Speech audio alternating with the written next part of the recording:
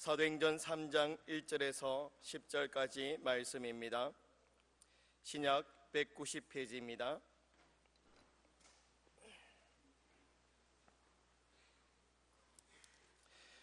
제9시 기도 시간에 베드로와 요한이 성전에 올라가세 나면서 못 걷게 된 이를 사람들이 메고 오니 이는 성전에 들어가는 사람들에게 구걸하기 위하여 날마다 미문이라는 성전 문에 두는 자라. 그가 베드로와 요한이 성전에 들어가려 함을 보고 구걸하거늘 베드로가 요한과 더불어 주목하여 이르되 우리를 보라 하니 그가 그들에게서 무엇을 얻을까 하여 바라보거늘 베드로가 이르되 은과 금은 내게 없거니와 내게 있는 이것을 내게 주노니 나사렛 예수 그리스도의 이름으로 일어나 걸으라 하고 오른손을 잡아 일으키니 발과 발목이 곧 힘을 얻고 뛰어 서서 걸으며 그들과 함께 성전으로 들어가면서 걷기도 하고 뛰기도 하며 하나님을 찬송하니 모든 백성이 그 걷는 것과 하나님을 찬송함을 보고 그가 본래 성전 미문에 앉아 구걸하던 사람인 줄 알고 그에게 일어난 일로 인하여 심히 놀랍게 여기며 놀라니라. 아멘. 예수 그리스도는 우리 교회의 머리가 되십니다. 교회는 그러니까 예수님의 몸으로서 지금 이 땅에서 주님이 원하시는 일을 수행하는 하나의 유기체 같은 기관이지요. 예수님은 교회를 세우셨습니다. 그 교회에 생명력을 부여하셨습니다. 그리고 2000년이 지난 지금까지 교회를 지켜오고 계시고 어떤 세상의 어려움이 온다 할지라도 주님이 오셔서 왕국을 이루실 때까지 교회는 계속해서 유지, 존속, 확장 능력으로 역사하게 될 줄로 믿습니다.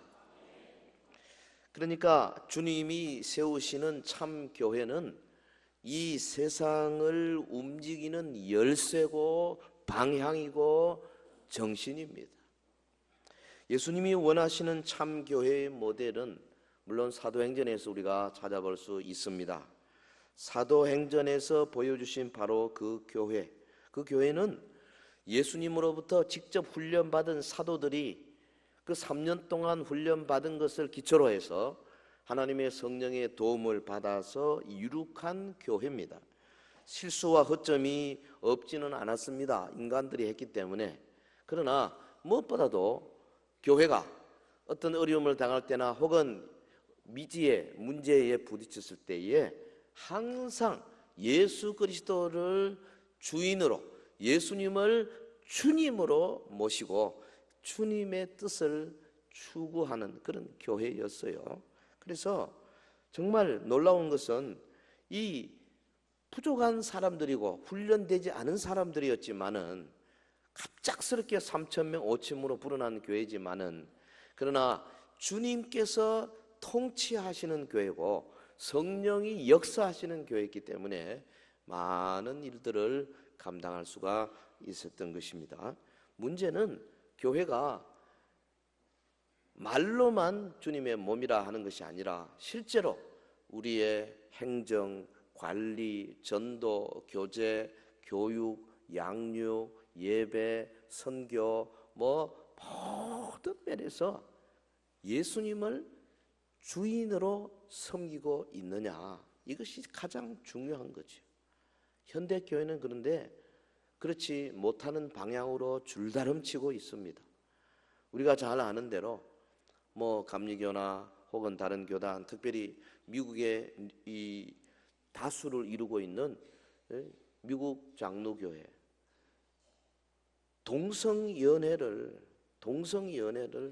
허용하는 이 반성경적이고 비성경적인 이런 이슈를 인간들이 모인 총회에서 투표로 결정하지 않습니까?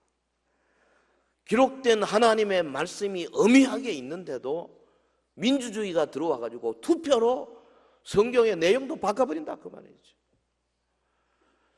초대교회는 이 면에서 아주 철저했습니다. 주님이 주인인 교회였어요. 지난 두 번에 걸쳐 살펴본 바와 같이 사도행전 초반에서 보여준 교회의 특징은 첫째로 성령으로 충만한 공동체, 그리고 두 번째로 예수님의 삶을 사는 이 소그룹 공동체를 생각했습니다. 자, 오늘 이 시간에는 우리 읽어주신 사도행전 3장 이 치유 사건을 중심으로 해가지고 사도행전적 교회의 세 번째 특징, 표적과 기사가 계속되는 공동체에 대하여 살펴보겠습니다. 먼저 초대교회의 표적과 기사, 그 교회가 어떤 형편으로 어떤 모습으로 이런 놀라운 기적을 이루었는가. 그 다음에 두 번째로 전 성경에 걸쳐서 하나님의 뜻이 어떻게 나타나고 있는가. 세 번째로 그러면 우리 교회가 어떻게 하면은 이 표적과 기사가 계속되는 공동체로 성장할 수 있을 것인가. 세 가지로 생각해 보겠습니다. 자, 첫 번째, 초대교회의 표적과 기사의 모습입니다. 현저한 특징이 초대교회는 이 표적, 기사 이것이 상식이 될 만큼 자연스럽게 자주 나타났다는 사실입니다. 사도행전적 교회의 세 번째 특징은 날마다 기적이 일어나는 초자연적인 체험이 있는 공동체입니다. 매일 일어나는 기적의 중심부에는 물론 사도들이 있었어요. 그 가운데 사도 베드로가 자리하고 있었습니다. 오늘 본문에도 보면 베드로와 요한이 성전으로 올라갑니다. 그 성전 민문에 앉아있는 나면서부터 걸어본 적이 없는 선천성 하체 장애인을 만납니다. 이 장애인을 일으키는 장면, 이 사람은 나면서부터 하체를 쓰지 못해가지고 두 다리 40년 동안 사용한 적이 없어요. 이 사건의 전개로 보아서 이 사람이 이런 두 다리를 쓰지 못하는 사람이었다는 사실을 거의 많은 예루살렘 사람들이 알고 있었죠. 그리고 이 장소가 또 성전이었습니다. 그래서 참 이 사건은 예루살렘 주민들 사이에 선풍을 일으켰어요. 본문을 보겠습니다. 본문 6절에 베드로가 이르되 은과 금은 내게 없거니와 내게 있는 이것을 내게 주노니 나사렛 예수 그리스도의 이름으로 일어나 걸으라 하고, 먼저 베드로는 자신에게서 물질을 얻고자 하는 이 장애인의 바램을 이런 지하에 포기시킵니다. 은과 금은 내게 없다 그랬어요. 돈도 없으니까 손 내밀어 봐야 소용없다 그 말이죠. 근데 이것이 단순히 경제적인 도움을 줄 수 없다는 것뿐 아니라 사실은 중요한 내면적 의의가 있죠. 은과 금이란 표현, 이것은 형식적인 종교로 타락한 유대교를 빗대는 말입니다. 여기 지금 장소가 미문 아닙니까? 미문, 금과 은으로 장식한 사치스러운 문이었습니다. 그런데 이 문을 통과하는 이 유대교의 사람들, 정작 유대교는 능력을 상실해서 장애인을 비롯해서 문제를 가진 사람들을 해결해 줄 수 있는 능력이 없었다 그 말이에요. 은과 금 내게 없다. 그런데 뭐라 그랬습니까? 없거니와 이렇게, 예? 다시 말하면 이 다음 오는 사건에 놀라운 물질적인 동정의 차원을 넘어서 더 위대한 일이 일어날 것을 지금 암시하고 있지 않습니까? 은과 금은 내게 없거니와 하니까는 남에서부터 걸어본 적이 없는 이 사람이 눈이 동그래가지고 베드로를 살짝 쳐다보는 거죠. 뭐라 그랬어요? 나사렛 예수 그리스도의 이름으로 일어나 걸으라 그랬어요. 이 표현은 하체 장애인이 자신의 병을 고침받기 위해서는 예수 그리스도 안에 거하는 일이 먼저 있어야 된다. 선행될 것이 뭐냐? 예수 안에 거해라. 예? 중요한 영적 진리를 보여줍니다. 여러분, 예수 그리스도의 이름은 기독교가 전파하고자 하는 복음의 핵심입니다. 우리는 인류를 위해서 십자가를 진 예수 그리스도의 이름 안에서 우리의 병든 육신을 고침받는 복을 받게 됩니다. 그 이름 안에서 우리에게 참 생명을 주시는 예수 안에 거하는 귀한 복을 얻을 수 있습니다. 할렐루야. 예수 이름 안에서. 그 예수님의 이름이 얼마나 중요하고 얼마나 위대한지 몰라요. 실제로 베드로의 입에서 나온 이 믿음의 선포를 통해서 예수 그리스도의 이름의 능력이 막 밀물처럼 한 번도 일어서 본 적이 없는 두 다리가 바짝 말라붙은 이 안전뱅이를 향해서 이름의 능력이 그냥 태풍처럼 밀려간 거죠. 순식간에. 어떻게 됐습니까? 40년간이나 말라붙어 있었던 이 하체 장애인의 한스럽고 초라한 다리에 근육에 새로운 힘을 불어넣었습니다. 그래서 다시는 성전 문 앞에서 구걸할 필요가 없는 사람으로 그 인생을 확 바뀌어나버린 거죠. 할렐루야. 예수 이름의 권세가 위대한 겁니다. 우리가 뭐 찬양할 때 예수 이름으로 쉽게 노래하지만 사실은 그 이름 안에요 엄청난 능력이 숨어 있어요. 이 복음의 능력이 얼마나 위대한지요. 너무 놀라운 이야기입니다. 태어날 때부터 한 번도 두 다리를 써본 적이 없는 장애인입니다. 이 사람이 희망도 미래도 없던 그런 사람입니다. 그러나 그가 성령 충만한 사도 베드로와 요한을 만났습니다. 초자연적 기적을 체험했습니다. 그토록 오랫동안 쓰지 못하던 두 다리, 이제는 그 장애인으로 살아왔던 무력한 인생의 종지부를 찍고 그들 즉시 일어났습니다. 발과 발목에 힘을 얻었습니다. 걷기 시작했습니다. 뛰었습니다. 하나님을 찬양했습니다. 예수 이름의 권세가요 확 밀려오는 거예요. 중국 영화 보면은 그 장풍 쓰는 거 있잖아요. 고수들이, 무림의 고수가 장풍을 쓰는 거, 그거 비슷해요. 입에서 나오는 예수 이름의 권세가 바짝 말라붙어 있던 두 다리에 순식간에 생명력을 줘가지고 근육이 툭툭툭툭툭 펴져가지고 그 다음에 실제로 놀랍게 그 자리에서 벌떡 일어서고 걷고 뛰고 섰고 하나님 찬양하고, 그 다음에 두 다리만 그랬습니까? 그 순간에 온 육체에 놀라운 순환이 일어나기 시작합니다. 그 다음에 마음속에 놀라운 감격과 기쁨이 일어나기 시작합니다. 두 눈에 막 빛이 나기 시작합니다. 양손 하나님 향해서 찬양하기 시작합니다. 사람이 바뀌어버리는 거예요. 단순히 두 다리가 고침받는 게 아니에요. 인생이 바뀌는 거예요. 예수 이름의 권세. 이것은 사실은 성경은 다 상징이잖아요. 실제로 미문에 앉아있던 이 안전병이 일어난 것뿐 아니라 오늘 우리에게 어떤 의미를 주느냐, 영적으로 안전병이 되고 눈 멀고 듣지 못하는 사람들, 하나님에 대해서 꽉 막힌 사람들이 다시 살아나는 것을 말하는 겁니다. 예수 이름의 권세가 임하면 육신의 질병도 고침받고요, 영적인 기적도 일어나게 되는 겁니다. 그들이 교회로 모여 예배하며 찬송하며 기도합니다. 얼굴 표정이 달라집니다. 말과 태도가 달라집니다. 영적으로 듣고 끼고 깨닫고 주 앞에 찬양하고 자기의 물질을 내어놓고 남은 생애를 온전히 헌신하고 그렇게 바뀌는 거예요. 이 사도행전적 교회의 모습이에요. 성도 여러분, 초대 교회의 사역을 증거하고 있는 사도행전에는 우리의 눈과 귀를 의심하게 할 만한 사건들이 많이 기록이 되어 있습니다. 도대체 그게 가능하냐? 사도행전 5장 15절 이하에 보면 심지어 병든 사람을 메고 거리에 나가 침대와 요 위에 누이고 베드로가 지날 때에 혹 그의 그림자라도 누구에게 덮일까 바라고 예루살렘 부근에 수많은 사람들도 모여 병든 사람과 더러운 귀신에게 괴로움 받는 사람을 데리고 와서 다 나음을 얻으니라. 할렐루야. 엄청난 일입니다.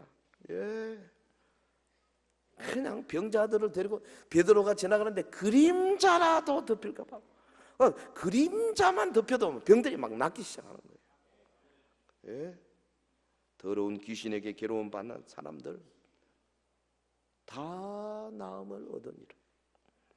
여러분, 당시 대제사장과 종교 지도자들을 혼비백산시키는 사건입니다. 온 세상을 충격으로 몰아넣는 그런 사건입니다. 성경 기자는 이처럼 믿기 어려운 사실을 그냥 담담하게 기록하고 있어요. 5장 17절 이하에 보면 대제사장과 그와 함께 있는 사람 즉 사두개인의 당파가 다 마음에 시기가 가득하여 일어나서 사도들을 잡아다가 옥에 가두었더니 주의 사자가 밤에 옥문을 열고 끌어내어 이르되. 종교 지도자들이 가만히 있겠어요? 시기 질투가 일어나가지고 사도들을 잡아가지고 감옥에 넣었는데, 사도들이 뭐 가만히 있었죠, 감옥에. 하지만은 하나님이 직접 천사들을 보내가지고 옥문을 열어버린 거예요. 와, 이 표적과 기사. 어떤 사람 그래요. 그거는 사도들이니까 일어났지. 나 참 그렇게 말하는 사람들의 정신 상태를 나는 의심해요. 사도들이니까 일어났지. 성경 어디에 그런 게 있어요? 사도들만 일어났고 지금은 없다고. 왜 성경도 없는 이야기를 함부로 막 신학적으로 갖다 붙이는지 모르겠어요. 믿음이 없는 세대들입니다. 하나님은 천사들을 얼마든지 지금도 파송할 수 있어요. 할렐루야. 예수 이름의 권세가 줄어든 거 아니에요. 아니, 이제 주님이 곧 오실 텐데, 종말에 계시록 읽어보면, 요한계시록 11장에 가보면 주의 종들이 어마어마한 역사를 이룬다 그랬어요. 하늘로부터 불을 떨어뜨리고 죽은 자를 살리고, 이거 아마도 그동안의 성경에 기록된 사건들 가운데 가장 큰 사건, 무서운 사건들이 종말에 일어나게 될 겁니다. 지금 우리가 그거 준비해야 돼요. 밤에 옥문을 열고 옥에 갇혀 있던 사도들을 끌어내어 하나님의 말씀을 전해줬어요. 베드로를 통해서 표적과 기사가 계속됐습니다. 9장 33절 이하에 보면 거기서 애니아라 하는 사람을 만나며 그는 중풍병으로 침상 위에 누운 지 8배라. 베드로가 이르되 애니아야, 예수 그리스도께서 너를 낫게 하시니 일어나 내 자리를 정돈하라 하는데 곧 일어나니. 이 베드로가 8년 동안 중풍으로 누워있는 애니아를 향해서 애니아야 일어나라. 이 치유기도는요 이렇게 대부분 명령으로 합니다. 주여 애니아를 일어나게 하옵소서 이렇게 안 하고요, 예수 이름으로 명하노니 애니아야 일어나라 그렇게 하는 거예요. 그리스도의 권세가 그대로 나타나도록. 여러분 9장 40절에 보면 베드로가 사람을 다 내보내고 무릎을 꿇고 기도하여 돌이켜 시체를 향하여 이르되 다비다야 일어나라 하니 그가 눈을 떠 베드로를 보고 일어나 앉는지라. 이번에는 시체입니다. 다비다 선한 일을 많이 했어요. 주변의 여자들이 베드로 사도를 붙들고 사도님 다비다가 살아있을 때 이런 일하고 저런 일하고 얼마나 많이 도왔습니까? 너무 아깝습니다. 베드로가 사람들 다 내보내놓고 시신을 향해서 다비다야 일어나라. 참, 이거 버젓이 성경에 기록되어 있습니다. 할렐루야. 세상 사람들은요 성경 좋은 책이다 그럽니다. 성경 우리에게 도움이 되는 책이다, 우리의 상식을 풍부하게 하는 책이다, 우리에게 윤리적으로 좋은 책이다. 그런데 이런 거 읽고 보면 그 다음에 성경책 집어던집니다. 믿을 수 없다 이거죠. 그래서 성경을 계속해서 좋은 책이라고 하는 사람은 성경을 안 읽은 사람들이에요. 열심히 읽은 사람은 집어던집니다, 믿음 없이는. 그런데 오늘 저와 여러분 이것을 믿는 거죠. 할렐루야. 우리 정직해야 돼요. 이 말씀을 믿으면 정말 우리에게 이런 일이 일어나게 하여 주시옵소서 이렇게 나가야 돼요. 아니 믿는데 나하고는 아무 관계없다 그러면 믿는 것도 아니죠. 그럼 안 믿을 바에는 성경 집어 던져야 됩니다. 내가 뭐 이렇게 망가 같은 걸 믿을 수 있냐, 나 예수 못 믿겠다 이렇게 나와야 그게 정직한 사람이에요. 이것도 아니고 저것도 아니고 이건 뭡니까? 그래서 성경은 그렇게 말합니다. 복음이 들어가면 이 사람에게는 생명으로 쫓아 생명이 이렇게 냄새가 되고 저 사람에게는 사망으로 쫓아 사망이 이런 냄새가 된다. 안 믿는 사람에게는요 완전히 사망으로 끌고 갑니다 성경이. 왜? 이런 구절이 버젓이 있기 때문에 그렇습니다. 그러나 생명을 가진 사람은 이런 데 힘을 받습니다. 할렐루야. 우리 예수 믿는 것은 표적과 기사가 넘치는 삶이에요. 8년간의 중풍병상에서 치유, 그리고 급기야 시체가 살아나는 기적까지 초대교회의 표적과 기사는 사실 예수님이 하셨던 치유를 그대로 따르고 있습니다. 예수님도 뭐 병 고치고 죽은 자 살리고 베드로도 똑같이 했어. 아니 예수님보다도 절대 못하지 않았습니다. 그 사역 자체만 봐서는. 무슨 말입니까? 주님이 교회에다 이걸 다 주셨다 그 말이죠. 우리 교회도 이 초대교회의 기적의 현장을 이 시대에 재현하는 표적과 기사가 계속되는 공동체로 더욱더 성장되기를 예수 이름으로 축원합니다. 축원합니다. 주여 나의 삶에 일어나게 하옵소서. 내 눈으로 직접 목도하게 하옵소서. 내 손으로 직접 만지게 하옵소서. 열심히 있어야 돼요. 성경 전체에서 이 표적과 기사를 어떻게 보고 있는가? 우리 두 번째 주제입니다. 신구약 성경에 나타난 하나님의 뜻. 우리는 예수님의 공생의 사역으로부터 이 원리를 알고 있어요. 예수님께서 공생의 사역 세 가지 크게 분류되고 있지 않습니까? 하나님의 말씀을 가르치고 천국 복음을 전파하고 모든 병과 모든 약한 것을 고치시더라. 가르치고 티칭, 전파하고 프리칭, 고치시더라. 힐링. 이 티칭, 프리칭, 힐링.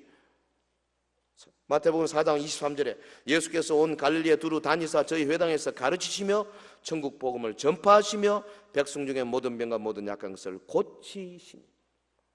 마태복음 9장 35절 예수께서 모든 성과 촌에 두루 다니사 저희 회당에서 가르치시며 천국 복음을 전파하시며 모든 병과 모든 약한 것을 고치시니라. 성경이요 생각보다 일관성이 있습니다. 왔다 갔다 안 해요. 이렇게 두 번씩이나 똑같은 단어를 썼다는 말은 이게 매우 중요하다는 말이에요. 예수님이 가르치고 전파하시고 고치시는데 솔직히 주님의 사역 가운데 한 3분의 2는 고치시는 거예요. 힐링이 더 많았어요. 시간적으로나 노력으로나 만나는 사람에게서나. 예수님이 공생의 기간 중 병든 자들을 직접 찾아서 고쳐주시고 그들에게 하나님 나라를 소개하는 사역. 요한복음 5장에 보면 베데스다 연못가에 누워있는 38년 된 병자를 찾아오시지 않습니까? 이 장면은 인류의 고통을 외면하지 아니하시는 하나님의 심정을 보여주는 거죠. 병자를 예수님이 이미 진단하십니다. 병이 오랜 줄 아셨습니다. 절망이 깊은 줄도 보셨습니다. 그래서 그에게 소망을 주기 위해서 질문을 탁 던지지 않습니까? 네가 낫고자 하느냐? 예수님이 그 병자에게 원하시는 게 뭐냐 하면 낫고 싶은 아주 그 강한 의지, 그리고 그거와 더불어 무엇보다도 예수님을 믿고 신뢰하고 의지하는 믿음. 주님이 그걸 요구하신 거죠. 네가 낫고자 하느냐? 나를 봐라. 여러분, 주님의 은혜와 능력을 경험할 수 있는 중요한 요소가 뭐냐 하면은 은혜와 능력에 대한 갈망이 있어야 되고 동시에 예수님에 대한 믿음이 있어야 되는 거죠. 할렐루야. 사람이 어렵고 아프고 하면 갈망은 생겨요. 고침받고 싶었으면 여기저기 찾아다니는데 예수님에 대한 믿음이 생기기가 쉽지가 않습니다. 믿음은 단순히 갈망이 있다고 저절로 생기는 것이 아니에요. 믿음은 들음에서 납니다. 말씀을 받아야 돼요. 말씀을 배워야 돼요. 예배에 참여해야 돼요. 말씀을 많이 받은 사람이 믿음이 더 생길 수밖에 없게 돼 있어요. 구조가. 예수님께서 일어나 내 자리를 들고 걸어가라 명령을 탁 하시니까 명령이 떨어지자마자 이 38년 된 병자, 불가능한 것을 시도하도록 명령하셨는데요, 그냥 그 사람이 곧 나와서 자리를 들고 걸어가더라.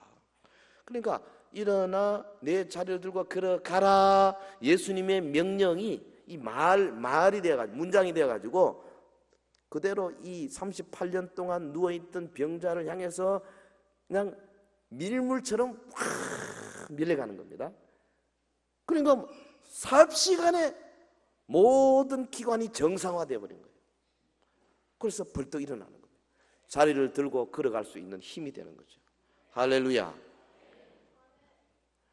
사람이요 일주일만 들어 누워 있으면 금방 못 걷습니다. 한 사흘, 나흘 들어 누워 있으니까 금방 바로 못 걷더만. 예, 저도 그 맹장 수술하고 난 다음에 걸으려니까 힘들더라고. 처음에 왔다 갔다 좀 해야 점점 힘이 붙는 거예요. 38년 동안 누웠어. 일어나 걷는다는 것은 그건 있을 수 없는 일입니다. 아마 물리치료를 적어도 한 1년은 해야 될 거예요. 완전히 나았다 하더라도. 그런데 이 사람은 어떻게 됩니까? 그냥 일어나서 자리까지 들고 걸어가더라. 주님이 무엇을 말씀하시든지 그것을 명령하시는 능력의 주님을 믿음으로 순종할 때 역사가 일어나는 거죠. 할렐루야. 여러분, 밤에 자녀들이 막 열나고 이럴 때요, 부모 얼마나 안타깝습니까? 그냥 이마에 손 딱 얹고 예수 이름으로 열병은 떠나가라, 믿음으로 그냥 떠나가라. 그러면 저놈이 떠나가요. 할렐루야. 예수 이름의 권세가 그런 거예요. 이게 무슨 미신이 아닙니다. 우리가 믿는 주님의 능력은 우리가 믿음으로 시연할 때 그대로 나타나게 돼 있어요. 귀신이 그대로 도망가게 돼 있어요. 초대교회는 그렇게 살았어요. 그것이 다반사였어요. 상식이었어요. 그게 큰 간증거리도 아니었어요. 그런 거는.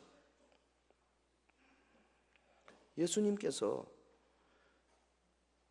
자신이 그런 능력을 가지고 사역하시고 그 다음에 제자들에게 이 능력을 주시지 않습니까? 마태복음 9장 35절 이하에 예수께서 모든 병과 모든 약한 것을 고치는 권능을 가지고 사역하시더라 해놔놓고 그 다음 9절에 마태복음 10장 1절에 뭐라 그랬어요? 예수께서 그 12제자를 부르사 더러운 귀신을 쫓아내며 모든 병과 모든 약한 것을 고치는 권능을 주시니라. 주님이 나타내고 있는 가지고 있던 권능 그대로, 단어도 똑같아요. 그 권능을 제자들에게 주셨다 그랬어요. 그러면서 뭐라 하냐면 10장 7절 가면서 전파하여 말하되 천국이 가까이 왔다 하고 병든 자를 고치고 죽은 자를 살리고 문둥이를 깨끗게 하고 귀신을 쫓아내라. 주님이 하신 그대로 하라는 거죠. 마태복음 10장은 파송장입니다. 주의 종들을 파송하면서 이것을 하라는 거죠. 그런 의미에서 오늘날 목사들이 최우선적으로 이걸 해야 됩니다. 전국 복음을 전파하고 병든 자를 고치고 그리고 평안을 빌어줘야 합니다. 집집마다. 교회가 이 일을 해야 된다 그 말이죠. 그래서 사도들이 일을 했어요. 그런데 예수님이 죽으시고 부활하신 다음에 이제는 성천하시기 전에 사도들뿐 아니라 모든 믿는 자들에게 이 권세를 주셨어요. 마가복음 16장 17절에 믿는 자들에게 이런 표적이 따르리니 곧 저희가 내 이름으로 귀신을 쫓아내며 새 방언을 말하며 뱀을 집으며 무슨 독을 마실지라도 해를 받지 아니하며 병든 사람에게 손을 얹은즉 나으리라. 표적이 따른다 그랬는데 누구에게 따르냐? 믿는 자들에게. 천국 복음을 전파해서 믿는 자들.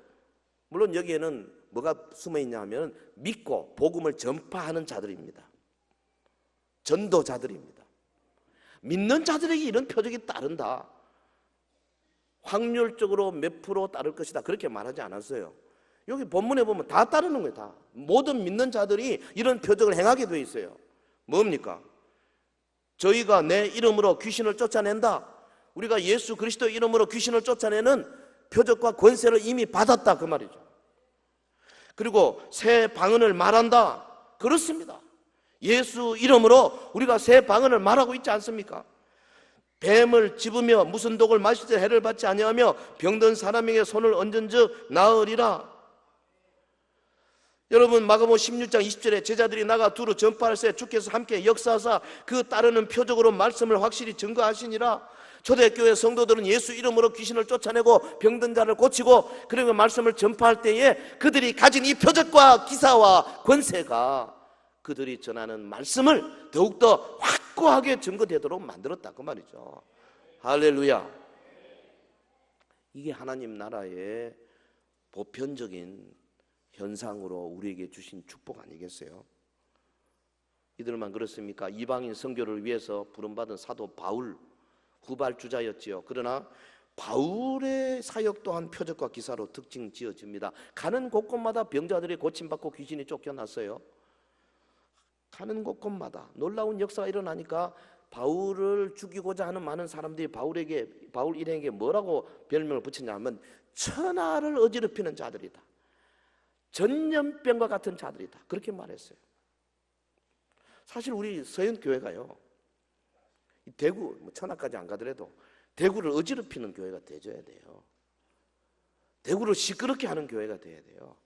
우리 교회로 인해 가지고 막 역사들이 막 일어나야 되고, 그래서 사람들이 이게 무슨 일이냐, 안 믿는 사람들 혹은 무당들 혹은 갓바위를 섬기는 자들 혹은 수많은 우상에 빠져 있는 자를 음란한 자들 혹은 세속에 빠져 있는 자들이 우리 성도들을 인해 가지고 막 놀라움을 금치 못하도록 그렇게 되는 것이 정상이에요. 로마서 15장에서 바울이 자신의 전도 사역에서 일어났던 표적에 대하여 이렇게 언급했습니다. 15장 18절, 그리스도께서 이방인들을 순종하게 하기 위하여 나를 통하여 역사하신 것 외에는 내가 감히 말하지 아니하노라. 그 일은 말과 행위로 표적과 기사의 능력으로 성령의 능력으로 이루어졌으며 그리하여 내가 예루살렘으로부터 두루 행하여 일루리곤까지 그리스도의 복음을 편만하게 전하였노라. 무슨 말입니까? 예수님께서 바울 자신의 사역의 표적과 기사의 능력이 나타나게 하셨는데 그 왜 그러냐? 이방인들을 순종케 하기 위함이었다. 그가 예루살렘부터 일루리곤까지 복음을 다 전했습니다. 여러분, 예루살렘에서부터 북쪽으로 올라가서 저 안디옥으로 혹은 그 다음에 서쪽으로 해서 소아시아 지방으로 해서 저 멀리까지 지금 터키 지방, 그 무시무시한 곳입니다. 그 사막 지대고요. 거기 뭐 북쪽에는 아주 그 용맹한 그런 이방인들, 그런 이 오랑캐들이 많이 살던 데입니다. 그런데도 그곳에 가서 복음을 편만하게 전할 수 있었던 이유가 뭐냐? 표적과 기사로 주님이 함께 하셨기 때문이다. 가는 곳곳마다 병을 고치고 귀신을 쫓아내고 역사를 행하고 이게 뭐 많은 사람들이 보고 이야, 하나님 나라를 막 가시적으로 보게 된 거예요. 사랑하는 성도 여러분, 예수님은 죄로 인해 고통 가운데 있는 인류를 직접 찾아오셨습니다. 주님이 오신 것은 인류의 조상이 범죄하여서 타락했을 때부터 시작된 하나님의 경륜을 따른 것 아니겠어요? 하나님과 약속으로 오신 거예요. 그래서 하나님은 아담과 노아와 아브라함과 모세와 다윗과 언약을 맺으시고 그 언약을 이루실 이제 언약의 완성자로서 예수 그리스도를 이 땅에 보내셨습니다. 때가 참에 약속대로 독생자가 이 땅에 오셨어요. 병자들이 누워있는 베데스다 연못가를 찾아오시는 예수님을 통해서 우리가 뭘 알 수 있습니까? 죄 때문에 타락한 것 때문에 이제 고통 가운데 신음하고 있는 인류를 우리 주님이 찾아오신다는 것을 상징으로 보여주는 사건이죠. 그들의 문제가 우리 자신과 개인적으로 관계가 없을지라도 여러분, 예수님과 관계가 있어요. 그래서 우리가 예수님의 지체이기 때문에 우리 주변의 연약한 자들, 소외된 이웃들이 우리와 관계될 수밖에 없는 겁니다. 우리는 그들이 당하는 고통이나 그들이 느끼는 절망감에 혹 무관심할는지 모르지만은, 그러나 우리 주님께서는 결코 무관심하지 않으셨음을 우리가 기억해야 합니다. 예수님은 인류의 무거운 짐을 벗겨주기 위해 오셨기 때문에 약하고 소외된 자들에게 적극적인 관심을 보여주셨어요. 마태복음 11장 28절에 수고하고 무거운 짐진 자들아 다 내게로 오라. 내가 너희를 편히 쉬게 하리라. 할렐루야.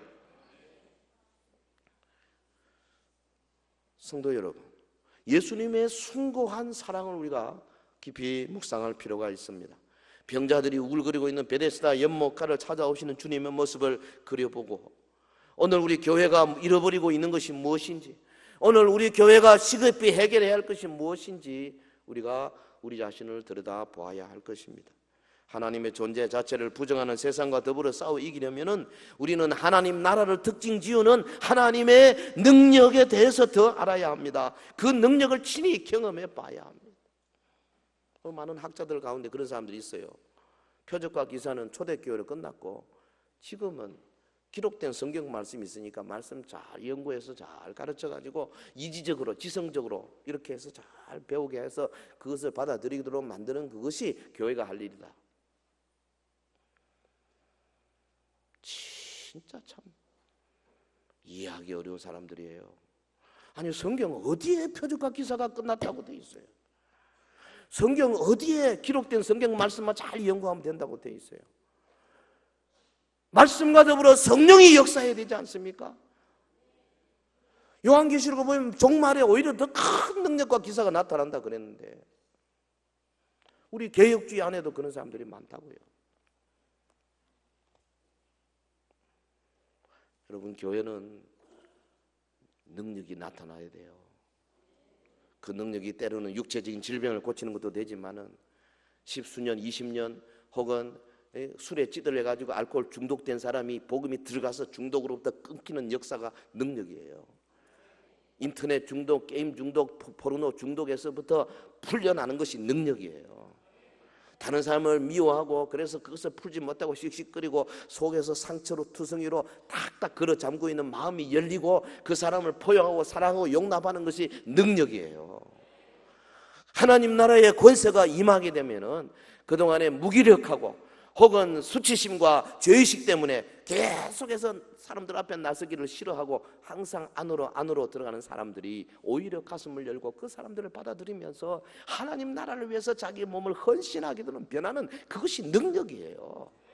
그리스도의 이름의 권세가 우리에게 오면은 단순히 어떤 우리 속에는 세균이 도망가고 우리의 어떤 몸의 기관이 고침받는 정도가 아니라 우리의 전인적인 삶이 변하는 역사가 일어나게 될 줄로 믿습니다. 왜 없어요? 왜 없어? 지금 왜 없느냐고요. 표적과 기사가 나타날 때 우리의 믿음이 더욱 견고해지고 우리의 전도 사역이 더욱더 열매를 맺게 되는 것입니다. 자, 세 번째로, 그러면 날마다 기적이 일어나는 교회가 되려면 어떻게 해야 되는가? 어떻게 하면 우리 교회가, 우리 구역이, 우리 전도회가, 우리 사역팀이 이런 기적, 이런 표적과 기사를 경험하게 될 것인가? 주님의 교회는 사실 크고 작은 성령 역사의 연속입니다. 여러분, 주님의 교회는 세상에서 볼 수 없고 들을 수 없는 일들이 계속해서 일어나는 공동체가 되어야 됩니다. 교회는 날마다 기적이 일어나는 공동체여야 합니다. 할렐루야. 이런 교회는 주일 예배에서도 성령님의 음성을 듣는 사람들이 생겨납니다. 이런 교회는 병 고치는 사람, 병 고침 받는 사람, 방언이 터지는 사람, 혹은 내적 치유를 경험한 사람, 이런 사람들이 여기저기서 일어나게 되어 있어요. 새벽 기도회나 심야 기도회나 이런 데서 이런 간증들이 막 계속해서 이어지게 되어 있습니다. 주님의 은혜로 깨어진 가정이 회복이 됩니다. 주님의 은혜로 부모와 자녀 간에 막혔던 대화가 열리게 됩니다. 주님의 은혜로 술과 담배가 끊어졌다는 그런 것들은 그냥 상식적인 겁니다. 주님의 은혜로 망해가던 회사가 살아나고, 주님의 은혜로 집을 나갔던 자녀가 돌아오고, 주님의 은혜로 대인관계에서 놀라운 변화가 일어나는 거예요. 기적은 끝이 없습니다. 가장 위대한 기적은 그런데 병이 낫거나 혹은 홍해가 갈라지는 정도가 아니라, 사실은 내 가는 길을 가로막는 사람 혹은 나에게 상처를 준 사람에게 풀 수 없는 내 마음속의 증오와 미움과 시기와 질투, 이런 것들이 다 벗겨지고 그를 용서와 사랑으로 포용하는 그런 변화의 사람이 되는 것, 이것이 가장 큰 기적이에요. 할렐루야. 과거의 원수가 친구가 되고 불신과 기피의 상대가 사역의 동반자가 되는 이런 기적들, 이처럼 사도행전적 교회에서는 통합의 기적이 끊임없이 연출이 되는데요, 이 기적은 성도들의 가정으로, 직장으로, 그리고 이웃으로 계속하여 번져갑니다. 성도들의 삶에 감동의 눈물이 마를 시간이 없습니다. 어떻게 하면 우리 교회도 초대교회처럼 이런 표적과 기사와 능력이 끊임없이 일어나는 교회가 될 수가 있을까? 이 질문에 대한 대답은 여러분, 제자들을 훈련시키신 예수님에게서 찾을 수가 있습니다. 주님의 제자들은 이 땅에 산 사람들 가운데 초자연적인 세계에 대해서 가장 훈련을 많이 받았던 사람들이에요. 그들이 직접 죽은 자를 살리기도 하고 병을 고치기도 하고 귀신을 내쫓기도 한 사람들이에요.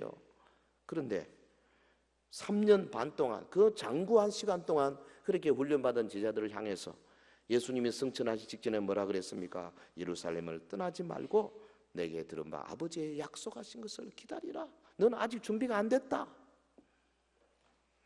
누가복음에는 이 말씀 이렇게 기록했습니다. 볼지어다 내가 내 아버지의 약속하신 것을 너에게 보내리니 너희는 위로부터 능력을 입힐 때까지 이 성에 유하라. 제자들, 그동안에 예수님의 기름 부으심의 지붕 아래에서 이 사건 저 사건을 행했습니다. 그러나 이제 주님이 승천하시고 떠나면서 저들에게 꼭 필요한 게 뭐였냐면은 보혜사 성령께서 오시는 거죠. 성령으로 세례받는 일이었습니다. 너희가 몇 날이 못 되어 성령으로 세례를 받으리라. 성령 세례입니다.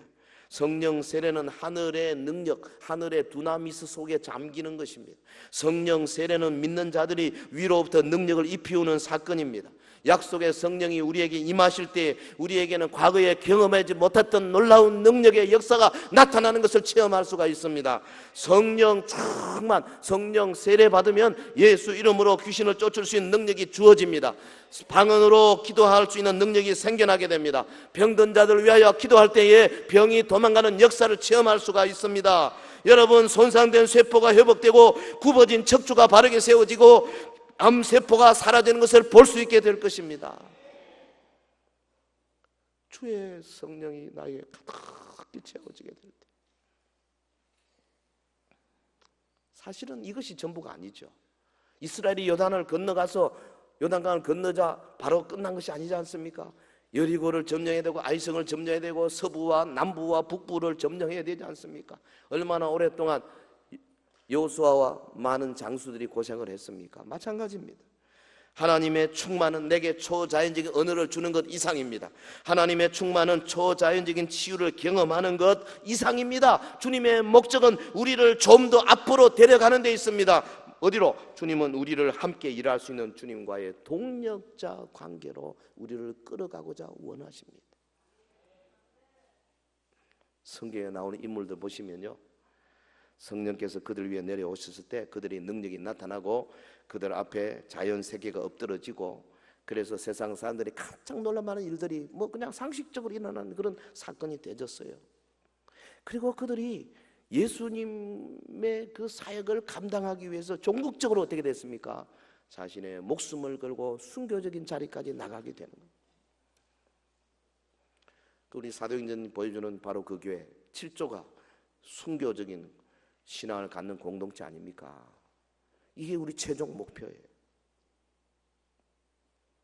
오늘도 주님은 교회 위에 보혜사 성령님을 보내셔서 교회를 충만케 하시고 하나님의 능력을 덧입혀 주시는 줄로 믿습니다. 초대 예루살렘 교회는 주님의 명령대로 예루살렘을 떠나지 않고 모여서 간절히 기도하며 기다렸습니다. 그래서 성령의 충만함을 받았습니다. 여러분, 하나님의 성령으로 충만해지면 다른 뜻이 아니라 하나님의 나라의 권세, 하나님 나라의 능력이 내 영혼 속에 가득히 담겨. 그래서 이제는 믿음으로 예수 이름의 권세를 발하면 그게 그냥 능력이 나타나는 거예요. 할렐루야. 이런 원리를 우리에게 주셨으니까요. 그걸 사용하라는 거 아니겠어요? 예수 이름의 권세를 사용하라. 우리가 노래는 잘 불러요. 예수 이름으로 악마 마귀를 쫓긴다 어쩌고 저쩌고 노래는 하는데, 정말로 이런 마음을 가지고 예수 이름을 사용하는 성도들이 과연 얼마나 되느냐고요.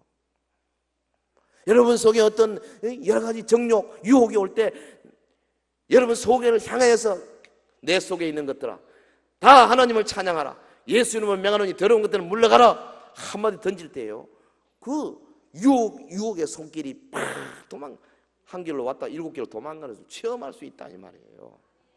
할렐루야. 사랑하는 성도 여러분, 우리가 함께 모여서 우리의 불순종을 회개해야 합니다. 그동안에 성령 충만하지 못해서 하지 못했던 그 많은 사건들이 내가 주의 영으로 충만하면 충분히 할 수 있는 거기 때문에, 찰스 피니 같은 사람은 그렇게 했어요. 예수 안 믿는 사람은 그가 아직 중생하지 못했기 때문에 안 믿으니까 알 수 없다 하더라도, 성령 충만하지 못한 것은 내가 하나님의 말씀에 의해서 주님 앞에 헌신하고 엎드려 간구하고 기도하고 기다리고 순종하면 충만할 수 있는데, 그걸 하지 않아서 충만하지 못한 것이 훨씬 더 큰 죄다 그랬어요. 여러분, 하나님의 영으로 충만해야 전도할 수 있어요. 주님의 영으로 충만해야 귀신을 쫓을 수 있어요. 주님의 영으로 충만해야 여러분 가정에 오는 온갖 어려운 문제들을 향해서 과감하게 선포할 수가 있어요. 사랑하는 성도 여러분, 하나님은 지금도 떨기나무 앞에 모세에게 보여주신 표적들을 신약교회에 나타내기를 기뻐하십니다. 여러분, 지팡이를 뱀으로 만들고 또 다시 재볼 때 뱀이 지팡이 됐지 않습니까? 손을 가슴에 넣으니까 나병이 들었다가 다시 넣으니까 이제 다시 원상 회복됐죠. 나일강의 물을 피로 만드는 그런 놀라운 체험들을 하게 하셨지 않습니까? 우리 교회도 지팡이가 뱀이 되고 다시 지팡이가 되는 놀라운 표적이 나타나기를 주의 이름으로 축원합니다. 원수의 세력을 말씀과 성령으로 이기고 사탄의 사슬에 묶인 자들을 구원해내는 역사가 계속되기를 주의 이름으로 축원합니다. 여러분, 우리 교회도 눈처럼 희게 된 중증 나병이 깨끗이 낫게 되는 표적이 나타나기를 원합니다. 부패하고 문드러지고 냄새나는 영혼이 예수 그리스도의 십자가 보혈의 능력으로 깨끗이 씻김 받아서 하나님을 진심으로 섬기게 되는 기적이 계속 이어지게 되기를 예수 이름으로 축원합니다. 여러분, 우리 교회도 나일강 물이 피가 되는 표적을 보고 하나님 앞에 경배하는 영혼들이 계속 일어나게 되기를 원합니다. 세상을 심판하시는 주님의 권세 앞에 겸손히 무릎 꿇는 주의 백성들이 되기를 예수 이름으로 축원합니다. 여러분, 신앙생활에 기사와 표적이 나타나고 있습니까? 기도 응답의 기쁨을 누려본 적이 언제입니까? 몸이 불편한 분들을 위해서, 가슴 속에 치유되지 못하는 여러 가지 상처를 안고 끙끙대는 사람들을 위해서 여러분 간절히 사랑으로 기도해 본 적이 언제입니까? 새 방언으로 기도하는 기쁨을 누리고 있는 사람들이 얼마나 됩니까? 여러분의 구역이 유무상통의 사랑의 기적이 넘치는 아가페 공동체로 바뀌어지기를 주의 이름으로 축원합니다. 우리 교회 안에 기사와 표적이 상식이 될 정도로 흔해지기를 주의 이름으로 축원합니다. 구원받는 사람이 날마다 되어지는 역사가 일어나기를 주의 이름으로 축원합니다. 우리의 이웃들이 우리 교회를 통하여 하나님의 성품과 하나님의 영광을 발견하는 그날이 올 때까지 저와 여러분 함께 손에 손잡고 달려가는 아름다운 공동체 되기를 예수 이름으로 축원합니다.